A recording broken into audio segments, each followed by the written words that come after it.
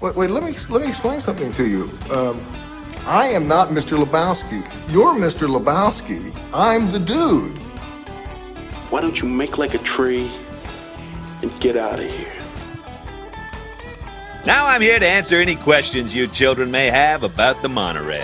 Me! Can it outrun the Flash? You bet. Can Superman outrun the Flash? Sure, why not? It's the Al Travis Show, and we got him on the show again. I love having him. It's Senator Rob Kupec. Senator, how are you doing, my friend? Good. How are you? Good. It's one of those days today where I put my finger on a feeling that I have, which seems to be wrong on both sides. So then I know I might be doing something right. So I want to throw it at you. It's the way this works, right? I mean, I get it. Right-wing knucklehead announcer guys going to always fall this way. I think I'm falling a little different than most of my Republican friends. J.D. Vance, Vice President Vance, came to town yesterday to pay his respects from the shooting, the church shooting. And if everything wasn't 2025, I'm like, nice of him, right? Cared enough about the kids. But we're not there anymore. Now one side looks at it and says, yeah, photo op, see what he did there, the thing. And then if he doesn't show, you know what, they never showed. I would like to personally resolve all politicians, yourself included, sir, depending what the level is, of any responsibility of having to show up to a disaster. Because when does a disaster make it to a point where now I got to go? There's that ambiguity. And then when do I go that I'm distracting? He came and we threw a protest at him. It's anything but I hope the families feel better. Does that make any sense of the way I'm saying this, Senator? Yeah, it does. I mean, I'll push back a little bit because there are times I feel like, and I'm not talking about been to a disaster, but to go and physically see something when there's been a disaster or something like that. I had some constituents, they've got this sewage treatment problem. I learned way more, and I talked to them on the phone and I thought I had a good understanding of it. I learned way more when I went and visited, and saw it firsthand. And so there is some benefit to it. It is, you're right though. It is, we are living in the damned if you do and damned if you don't times. Yeah. The Joe Biden, the train wreck thing. Oh, Pennsylvania's never.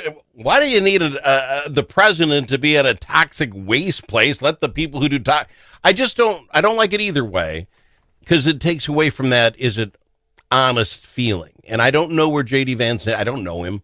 And maybe he was just drawn to it, like you say, and he just wants to feel, and maybe that's true.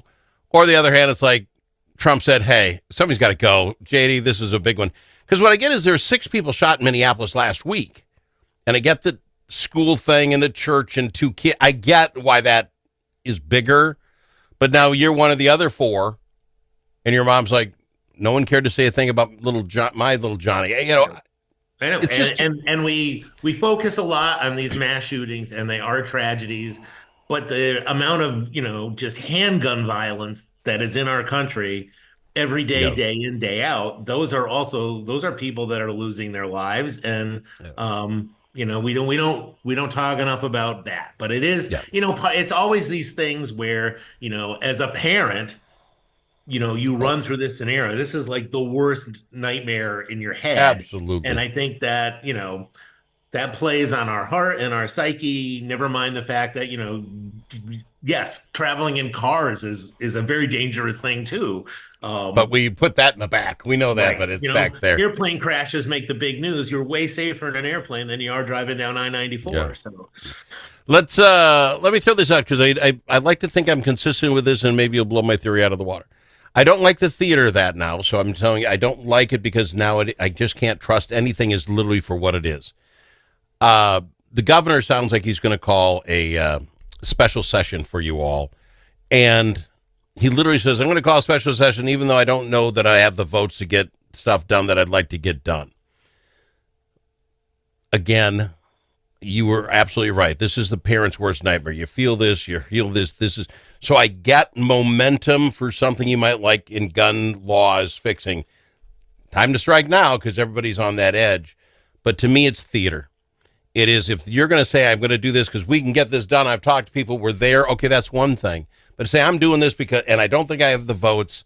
then we're doing it for a reason. And my point being is, we got Senator John, he voted no, get rid of him stuff. You know what I'm saying? I don't like this. I don't know your thoughts on it. If you literally think he can't get the votes, then why are we going down there? Or why are you? How long is that a drive for you, by the way? 4 hours.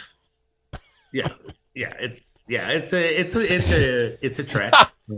And you're not whining. I whined for you, okay? I want people to know he did not whine about it. I'm saying, okay, it can't be a one-day deal. You're 8 hours on the road. Right. So it's going to have to be a few days. But your thoughts on the special session? I don't mean to lead you, but it's... I mean, so here's... and I'm a person that really likes to get things done.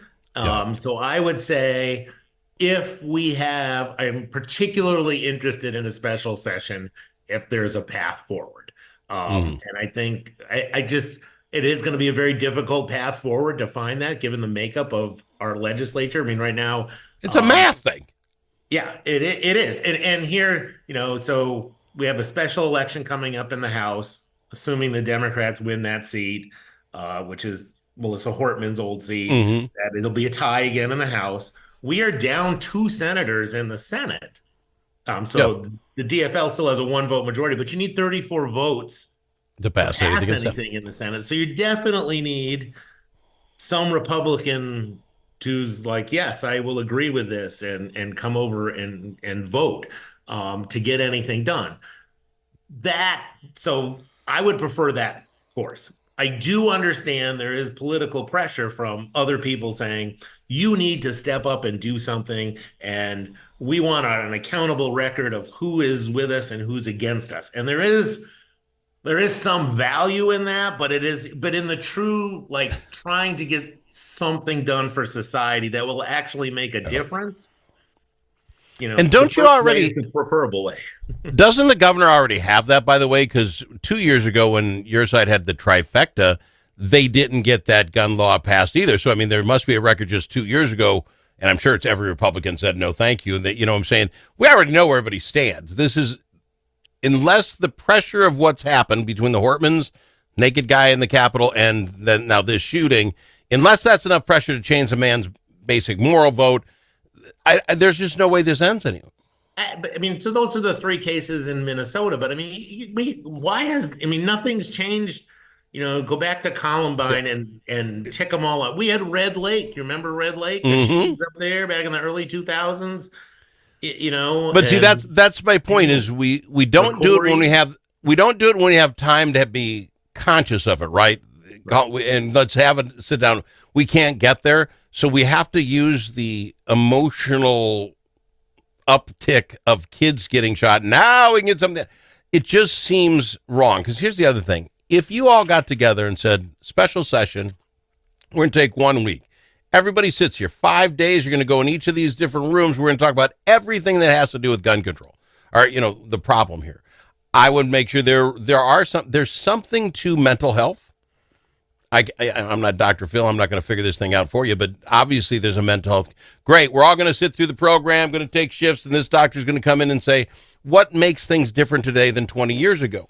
This young man who shot himself after doing the shooting, you and I are old enough, I'm going to speak for both of us. Back in our day, if someone were in that mindset, they just went and did it. They didn't plan an exit video, an exit trauma. Right. What's changed? You know what I'm saying? I don't understand that. So you guys go figure that out. Get a doctor on it. Somebody to figure out why it's different than 20 years ago. And I'm telling you, it's the internet, but I'm not a doctor. Things are, he got a fascination with other guys who did this. And I'm like, we got to fix that. Go ahead. I'll hold up this is my University at Albany travel mug, my alma mater, State University of New York at Albany, fine meteorological college. It's a great college. Back in the early 90s, so we got no internet. We got no then. We had somebody went into a classroom and took that classroom hostage with a gun. I remember that. A couple of students stormed him. Nobody got killed. Somebody did get paralyzed, in a wheelchair for the rest of their life. He was a veteran, mental health, schizophrenia, thought that the government had implanted something in him. And, we convicted him. We sent him to jail. He went to jail. He hung himself in jail. Yep. So all along the lines, we failed somebody who was a veteran as society in a mental health way. So, yes, there's definitely a mental health thing, but also you have to, the question is how can we limit like what somebody who is clearly having some kind of mental health crisis, what can we limit them in getting their hands on? And agree. I mean, they can get their hands on a screwdriver still, but agreed. Yeah. He could have ran a SUV through that same stained glass window, probably did as much or more damage. But you're right. We also had that. I don't remember where it was in California. Some of the guy that was shooting rifle out of a watchtower back at a college. I mean, but we have those, and we're not going to get rid of crazy. Crazy happens. But the difference is this kid was, as I understand it, idolizing all these latest school shooters and who's his best. He had rankings, and so it's easier to find that. Sure. Well, yeah, because we'd have to go to get microfiche, and kids are going to have to look up what I'm talking about at the library to find this stuff. But anyway, we got to go to break. We'll talk more about it. But so anyway, my point is we need classes on all aspects of it. Yeah. Would a binary trigger thing made it? I have no idea. I didn't even know really what it was, and I'm kind of a gun guy. I'd never owned one with a binary trigger. Good, let's go talk it all out. I don't have a problem with it, but let's say we're doing this so you can all go back to your districts, discuss it amongst your friends and the people you meet, and we'll talk about it in February. Don't do a knee-jerk reaction. I'd be much happier, and you probably got a better shot at getting something done. I got to go to break. More with Senator Rob Kupec after this. Tired of one-sided media and divisive noise drowning out your conservative values? Take back the conversation with Braver Angels. Join a grassroots movement to restore civility and find common ground without compromising your principles. As a conservative, your voice matters. Share your perspective on issues like immigration and public health in red-blue workshops and help rebuild trust in our great nation. Be a leader in depolarizing America. Sign up for free at mn.braverangels.org. Braver Angels, where conservatives, liberals, and independents unite for a stronger republic. Do you have a closet full of old videos, photos, slides, or films? Regain that space and preserve those memories for future generations. Visit archivinglifemedia.com or call 952-829-8018. See how safe and simple it is to digitize all your media.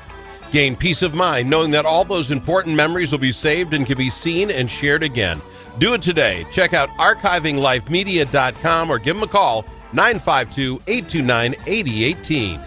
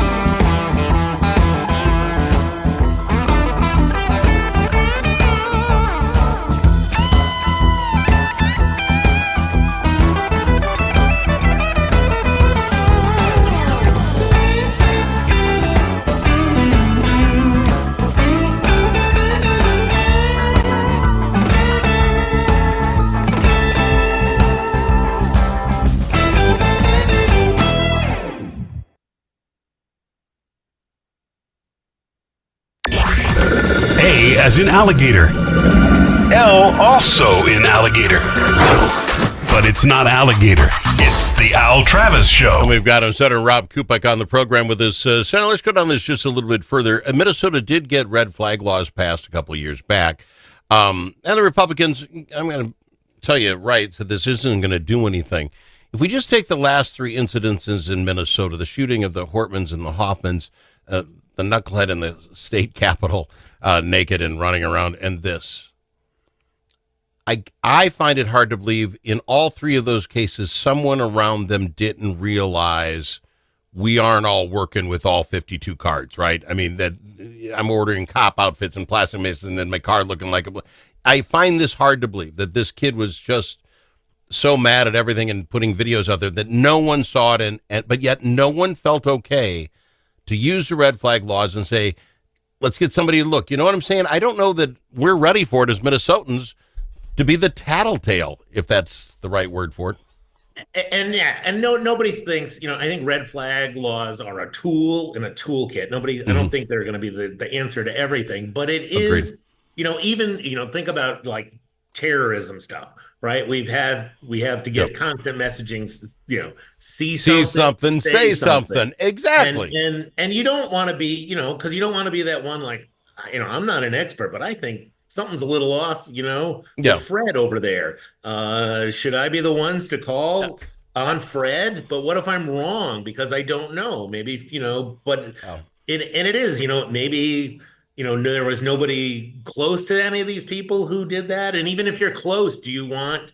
It's going to ruin It's going to ruin Thanksgiving dinner. Even the mental health professional sees you and says, no, you're fine. You just don't make very funny jokes. It ruins Thanksgiving. I get it. So it is.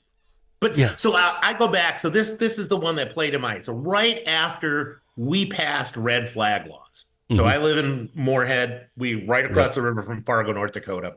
That summer in Fargo, this guy loaded up with guns, heads down to, there's a street fair in Fargo. He is going to go shoot up this street fair. Happens to get pulled over by some Fargo police, and then they have a shootout. Fargo police officer loses their lives. I remember this. But his family, they went to, in the fire department, there had been a fire in his apartment. The fire department went in and went, oh my goodness, there's something wrong with this guy. He's got all kinds of guns, and but they had no way to go in and prevent him. His family called, like the FBI, they did the right thing, but they had no mechanism to stop this. And so the one thing about red flag laws is you don't always know when they worked. I get, and it's a tool. I understand, but I think you made probably interesting comments so far. Yeah, you can't give the crazy person can grab a screwdriver and grab a knife. He can use his car. Right. We're not going to stop crazy, but can we go back to what do you expect with the last minute and a half? Last night, what do you expect out of the special session once he calls it? What would be your goal? Your outcome? My goal would be I would love to have some kind of a bipartisan solution that maybe did a little bit on the gun side, certainly did maybe a little bit more on the mental health. The mental health thing's going to cost money, though. That's not a freebie. Some kind of the gun thing would be too. Minnesotans that we came to. Gun thing would too, would it not? I mean, they talk about banning whatever the gun was this guy had. If you ban the gun, all of a sudden people just got to throw away the ones they've got? Do we buy them back? Other states that have done it have grandfathered it in and made it illegal to sell there'll be some cost. To local law enforcement to enforce these things. Everything comes with a dollar sign. That one probably less than mental health. Mental health is expensive. Oh, absolutely. Well, like I say, if you're naked in the Senate chamber saying you're the governor and that doesn't get you an office visit with a mental health professional, we got problems. I mean, I'm sorry, it's a little obvious. We got to fly. We're out of time. Senator, I love having you in the program. I seriously do. I thank you, and I thank you for taking the time to be here. It is always a lot of fun to be with you, Al. He's Senator Rob Kupec on the Al Travis Show. Achieving your financial goals requires individual planning and